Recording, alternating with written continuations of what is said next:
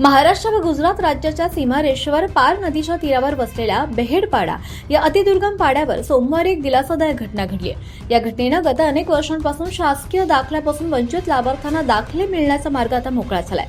बेहेडपाडा गावातील नागरिकांनी त्यांच्या शासकीय योजना आणि पाल्यांच्या शिक्षणासाठी आवश्यक असणारे अनुसूचित जमाती या प्रवर्गातील जातीचा दाखला मिळावा यासाठी तहसील कार्यालयाकडे प्रस्ताव सादर केले होते। मात्र पडताळणी सदर प्रस्तावाला 1950 पूर्वीचे पुरावे जोडणे आवश्यक असताना अशिक्षित आणि निरक्षरतेने बेहेडपाडा या गावातील सर्वच नागरिकांकडे कोणतेही पुरावे उपलब्ध नसल्याने त्यांचे दाखले प्रशासनाकडे प्रलंबित होते।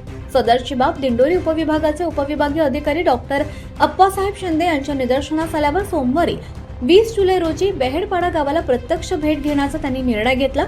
संततधार पाऊस आणि चिखलमय रस्ता यामुळे उपविभागीय अधिकारी डॉक्टर अप्पासाहेब शिंदे, तहसीलदार शिवाजी गवळी, सामाजिक कार्यकर्ते पुंडलिक सातपुते यांनी सर्व सरकारी लवासमा घेत 5 किलोमीटर रस्ता पायी चिखल तुडवत बेहेडपाडा गाठला।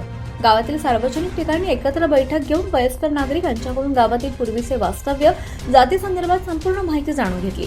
या माहितीच्या आधारे गावातील नागरिकांना जातीचे दाखले वितरित करण्याबाबत आदेश देण्यात आले। त्यामुळे अनेक वर्षांपासून प्रलंबित असलेले शासकीय दाखले वितरणाचा मार्ग मोकळा झाला असल्याने बेहेडपाडा गावाच्या नागरिकांनी समाधान व्यक्त केले। यावेळी ग्राम महसूल अधिकारी, ग्रामपंचायत अधिकारी, शिक्षक, अंगणवाडी सेविका यांच्यासह ग्रामस्थही उपस्थित होते।